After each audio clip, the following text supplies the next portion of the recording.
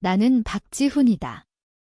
그날 서울중앙지방법원 402호 법정에서 아버지가 말했다. 제 아들 지훈이가 회사 자금을 횡령했습니다. 증거는 이미 제출되어 있습니다. 목소리에 떨림 하나 없었다. 평소 회사 회의실에서 임원들을 압도하던 그 톤 그대로였다. 나는 피고인석에 서 있었다. 손에 수갑은 없었지만 다리가 후들거렸다.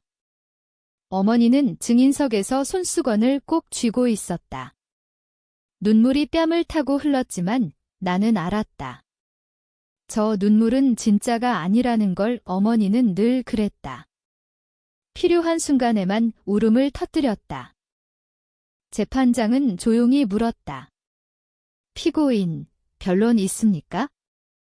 나는 고개를 들었다. 아버지와 눈이 마주쳤다. 그 눈빛에 스민 건 죄책감이 아니었다. 확신이었다. 내가 죄를 뒤집었으면 가족이 살 수 있다는 그 오만한 확신. 나는 입을 열지 않았다. 그때는 아직. 나는 늘 둘째였다. 형 박준호는 아버지의 자랑거리였다. 서울대 법대, 대기업 법무팀, 30살에 이미 상무.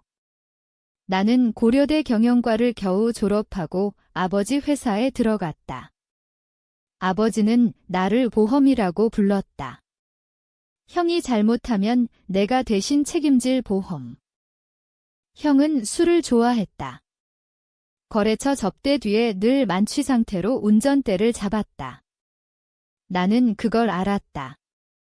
몇 번이나 말렸다.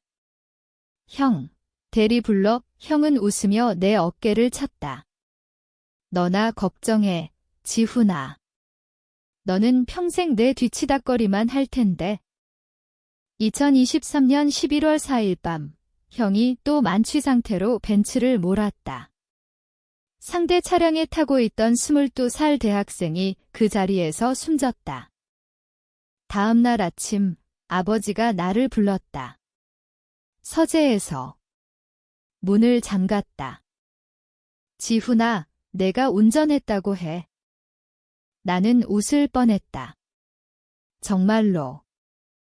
아버지, 블랙박스 있잖아요. 아버지는 서랍에서 서류 한 장을 꺼냈다. 블랙박스 영상을 편집한 전문가 명함이었다. 돈으로 안 되는 게 어딨니? 어머니는 울면서 내 손을 잡았다. 준호가 감옥 가면 우리 집안 끝이야. 너는 그냥 몇 년 살다 나오면 돼. 나는 그날 밤 집을 나왔다. 그리고 다시 돌아왔다. 어디로 가겠나? 돈도 백도 없었다. 재판은 빠르게 진행됐다. 아버지가 제출한 증거들, 내가 자금을 빼돌렸다는 가짜 장부, 형의 사고를 은폐하기 위해 썼다는 주장까지. 검사는 나를 뇌물공여 및 횡령 혐의로 구공판했다. 나는 변호사를 통해 싸울 수 있었다. 하지만 변호사는 아버지가 소개해준 사람이었다. 그는 내게 속삭였다. 합의 보는 게 어때요? 집안 망신은 피하는 게. 나는 결국 인정했다. 부분적으로. 징역 4년, 집행유예 5년. 형은 아무 일 없었다는 듯 다시 회사에 출근했다. 감옥에 가지 않았지만 나는 이미 죽은 사람이 됐다. 회사에서 쫓겨났고 친구들은 연락을 끊었다. 어머니는 가끔 전화해서 말했다. 지훈아, 준호 결혼한다. 너는 오지 마. 나는 원룸에서 혼자 살았다. 매일 밤, 그날 아버지의 눈빛을 떠올렸다. 확신에 찬 그 눈. 그러다 어느 날 깨달았다. 임계점이었다. 임계점을 넘으면 더 이상 참을 수 없다는 걸. 출소 비슷한 삶이었다. 집행유예 기간 동안 나는 취업도 못했다. 이력서에 전과 기록이 찍혔다. 아버지는 내 통장을 막아버렸다. 내가 잘못했으니 당연한 처벌이지. 나는 편의점 야간 알바를 했다. 새벽 3시, 빈점포에서 담배를 피우며 생각했다. 왜 내가 죄가 됐을까? 형은 여전히 강남 아파트에서 벤츠를 몰고 다닌다. 사고 이후에도. 나는 자료를 모으기 시작했다. 조용히. 아버지 회사 서버에 아직 접근 권한이 남아 있었다. 오래된 계정 하나, 비밀번호는 여전히 형 생일. 밤마다 자료를 내려받았다. 형이 접대비로 쓴 돈, 아버지가 세금 포탈한 흔적, 블랙박스 영상을 편집해준 업체와의 이메일까지. 처음에는 그냥 증거를 쌓는 게 전부였다.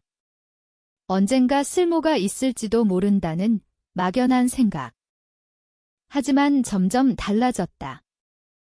증거를 볼 때마다 속이 타들어갔다. 이걸 왜 내가 혼자 안고 있어야 하지? 왜 나는 침묵해야 하지? 어머니가 가끔 전화했다. 지훈아, 준호 아기 낳았다. 손자야. 나는 대답했다. 축하드려요. 전화를 끊고 토했다. 형이 결혼한 여자는 재벌 3세였다. 그 집안 덕에 아버지 회사는 더 커졌다. 언론에 기사가 났다. 가족 경영의 모범이라는 제목.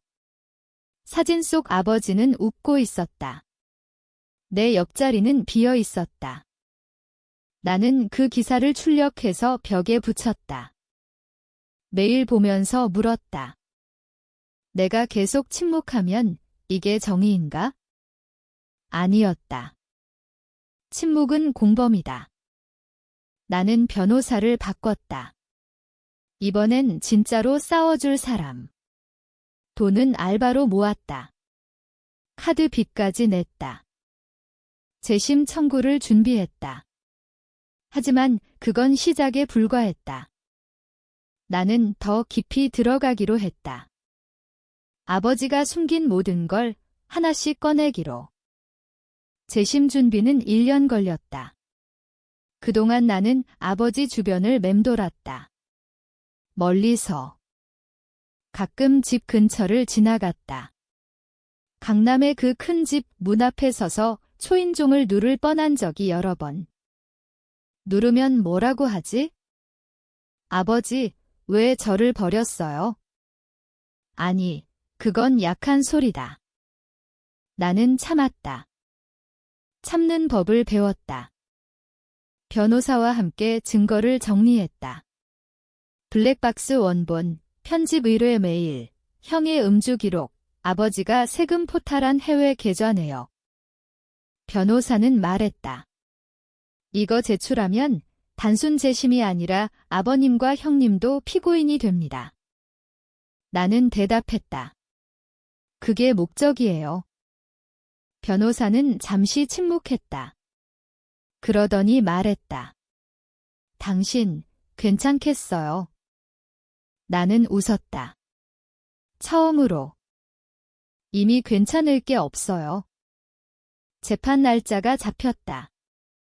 이번엔 내가 원고였다. 국가를 상대로 한 재심, 그리고 아버지와 형을 상대로 한 민사 소송까지. 아버지는 알았다. 전화가 왔다. 지훈아, 그만해. 가족이 뭐냐? 나는 말했다. 가족이요? 저한테 가족은 없었어요. 아버지는 화를 냈다. 내가 그러면 준호까지 망가진다. 나는 대답했다. 그게 제 소원이에요. 전화를 끊었다. 손이 떨렸다. 그 떨림이 두려움이었는지, 분노였는지, 기쁨이었는지 알 수 없었다. 재판 전날 어머니가 원룸으로 찾아왔다. 처음이었다. 문을 열자 어머니는 울고 있었다. 진짜로 울고 있었다. 지훈아, 제발 준호가 자살 시도했어. 나는 문을 닫으려 했다. 어머니가 문을 막았다. 너도 우리 아들이다. 나는 말했다. 아니에요. 저는 보험일 뿐이었죠. 어머니는 무릎을 꿇었다. 복도에서. 나는 문을 닫았다. 안에서 울음소리가 들렸다. 오래도록. 나는 벽에 붙은 기사를 찢었다. 이제 필요 없었다. 재판 당일. 법정은 기자들로 가득했다. 아버지 회사 주가가 떨어지고 있었다. 나는 원고석에 앉았다. 아버지와 형은 증인석에. 어머니는 방청석에서 손을 모으고 있었다. 검사가 물었다. 피고인 박지훈 씨의 횡령 혐의는 허위였음이 밝혀졌습니다. 이에 대한 입장 있으십니까? 아버지가 마이크를 잡았다. 목소리가 떨렸다. 처음으로. 그때는 회사와 가족을 지키기 위해. 나는 일어섰다. 변호사가 고개를 저었지만 나는 앞으로 나갔다. 서류 봉투를 들고 재판장에게 말했다. 추가 증거 제출합니다.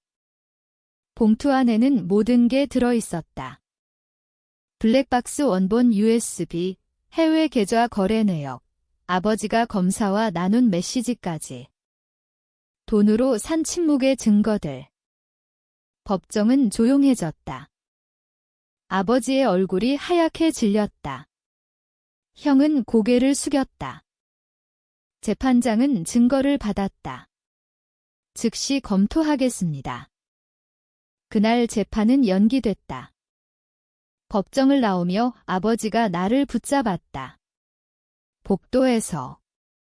지훈아, 내가 이러면 다 망해.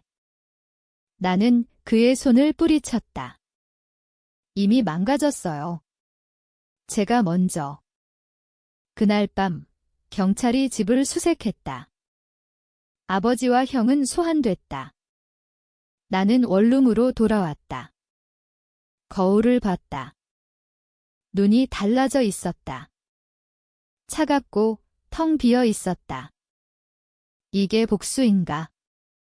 아니면 그냥 파괴인가? 잠이 오지 않았다. 어머니의 울음소리가 계속 들리는 것 같았다. 조사는 빠르게 진행됐다. 아버지는 뇌물공여 및 증거인멸 혐의로 구속 기소됐다. 형은 음주운전 치사와 보험 사기 혐의. 회사 주가는 폭락했다. 언론은 매일 보도했다. 재벌가의 추악한 민낯. 나는 법정에 다시 섰다. 이번엔 방청객으로. 아버지가 피고인석에 앉아 있었다. 수척해졌다. 머리가 하얗게 샜다. 눈이 마주쳤다. 아버지는 입을 열었다. 변호사가 막았지만 아버지는 말했다. 지훈아, 미안하다. 나는 아무 말 안 했다. 미안하다는 말로 돌아올 수 있는 게 아니었다. 형은 울었다. 처음으로. 동생아, 내가 잘못했어. 나는 고개를 돌렸다. 잘못을 인정한다고 해서 죽은 사람이 돌아오나? 재판이 끝났다. 아버지 징역 7년, 형 징역 5년. 어머니는 집을 팔고 작은 원룸으로 이사갔다. 가끔 전화가 왔다. 받지 않았다. 나는 새 직장을 구했다. 작은 회사였다. 월급은 적었지만 깨끗했다. 밤마다 꿈을 꿨다. 아버지가 서재에서 나를 부르는 꿈. 지훈아, 내가 대신 책임져야지. 깨어나면 땀에 젖어 있었다. 이게 승리인가? 아니었다. 그냥 끝이었다. 지금 나는 32살이다. 혼자 산다. 강북의 작은 아파트. 가끔 뉴스를 본다. 아버지는 교도소에서 암 진단을 받았다. 형은 출소 후 술을 끊지 못해 다시 잡혀갔다. 어머니는 나를 찾지 않는다. 나도 찾지 않는다. 나는 거울을 볼 때마다 묻는다. 내가 그들을 파괴한 걸까? 아니면 그들이 나를 파괴한 걸까? 정답은 없다. 다만 알겠다. 침묵은 구원이 아니었다. 복수도 구원은 아니었다. 그저 모두가 잃었을 뿐이다.